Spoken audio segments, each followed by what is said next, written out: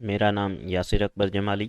और आज हम लोग जो हैं हीमाटोपोइसिस के बारे में पढ़ेंगे। हीमाटोपोइसिस हम रेड ब्लड सेल्स की फॉर्मेशंस को कहते हैं। रेड ब्लड सेल्स जो हैं वो हमारी बॉडी को ऑक्सीजन प्रोवाइड करवाते हैं, और ये 120 डेज़ के बाद जो हैं फिर ये डाई हो जाते हैं, और इनकी डाई होने की वजह से जो है ऑक्सीजन की कमी हो जाती है, और फिर जो है एरिथ्रोपोइटिन किडनी में बनना शुरू हो जाता है। और एरिथ्रोपोइटिन जो है वो हीमाटोपोइटिक स्टेम सेल्स को स्टिमुलेट करवाता है कि वो जो है आरबीसीज बनाएं, और फिर जो है पेरो एरिथ्रोब्लास्ट जो हैं फिर वो डिफरेंशिएट होना शुरू हो जाते हैं, और उनमें से फिर जो है रेड ब्लड सेल्स बनते हैं। ये जो तस्वीर है ये बोन मेरो की है। दो टाइप्स के बोन मेरो होते हैं, एक रेड बोन मेरो और एक जो है येलो मेरो। इन रेड बोन मेरो में ब्लड सेल्स बनते हैं। जितने भी हमारे जो ब्लड में सर्कुलेट करने वाले जो सेल्स होते हैं वो रेड बोन मेरो में बनते हैं। जैसे रेड ब्लड सेल्स हो गया, वाइट ब्लड सेल्स हो गए, एंड प्लेटीलेट्स। ये जो है डिफरेंट्स जो हैं स्टेजेस हैं कि आखिरकार एक जो है वो एरिथ्रोसाइट्स आरबीसीज जो है वो कैसे बनता है। इन स्टीम जो है सेल्स के ये स्टेजेस हैं। Pluri first of all pluripotent haematopoietic जो है एक स्टीम सेल। ये जब स्टिमुलेट होता है तो ये पहले पहले अपनी एक जो है वो डुप्लीकेट कापी बनाता है, और डुप्लीकेट कापी बनाने के बाद जो है वो फर्दर फिर डिफरेंशिएट हो जाता है उस specific type of the cell में जिसका उसको ऑर्डर होता है। जैसे जो है फिर वो कॉलोनी फार्मिंग स्प्लिन है। स्प्लिन जो है वो फर्दर अगर एरिथ्रोसाइट बनने होंगे तो फिर ये जो है CFUB यानी कि ब्लास्ट बनेगा, डिफरेंशिएट होगा उसमें, और वो फिर जो है एरिथ्रोसाइट्स में कॉलोनी फार्मिंग एरिथ्रोसाइट्स में। एंड अगर ये प्लोरीपोटेंट हीमाटोपोइटिक स्टीम सेल से ही सारे जो हमारे सेल्स होते हैं वो बनते हैं, जैसे WBCs हो गए, ग्रेन्युलोसाइट्स हो गए, मोनोसाइट्स हो गए, और प्लेटिलेट्स भी हो गए, and T लेम्फोसाइट्स, B lymphocytes.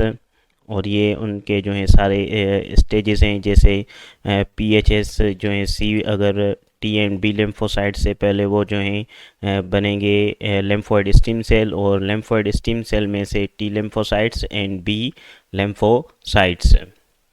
And colony forming spleen में से ही फिर ये जो है colony forming unit granulocytes, monocytes, इनमें से फिर ये जो है सारे वाइट ब्लड सेल्स बनेंगे। और प्लेटीलेट्स के लिए जो है colony forming unit mega karyocytes, उसमें से मेगा कैरियोसाइट, और फिर मेगा कैरियोसाइट में से प्लेटीलेट्स जो हैं बनेंगी।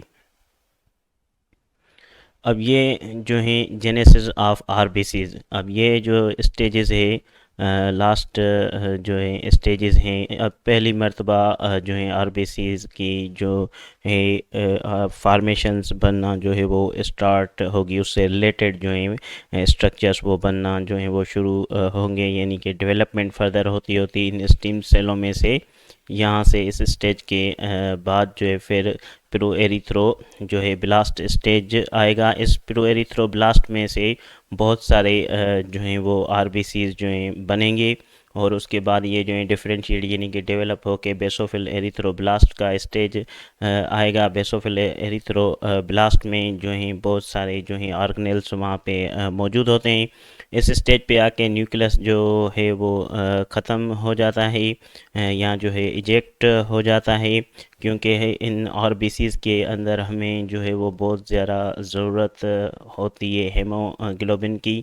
जैसे आरबीसी ज़्यादा से ज़्यादा जो है वो ऑक्सीजन प्रोवाइड करें हमारे सेल्स को एंड टिश्यूज़ को। उसके लिए ऑर्गेनेल्स जो हैं वो रिमूव होना आहिस्ता आहिस्ता हर स्टेज के बाद शुरू हो जाएंगे भी। उसके बाद बेसोफिल एरिथ्रोब्लास्ट ये फर्दर जो है डिफरेंशिएट डेवलप होंगे पॉलीक्रोमेटोफिल एरिथ्रोब्लास्ट में, वो फिर जो है डिफरेंशिएट होंगे आर्थोक्रोमेटिक जो है एरिथ्रोब्लास्ट में, और फिर रेटिकुलोसाइट जो है स्टेज आ जाएगा। एंड रेटिकुलो स्टेज में जो है आर्गेनेल्स गोल्जी एप्राटस हो गया, और दूसरे जो हैं वो आर्गेनेल्स मौजूद होंगे।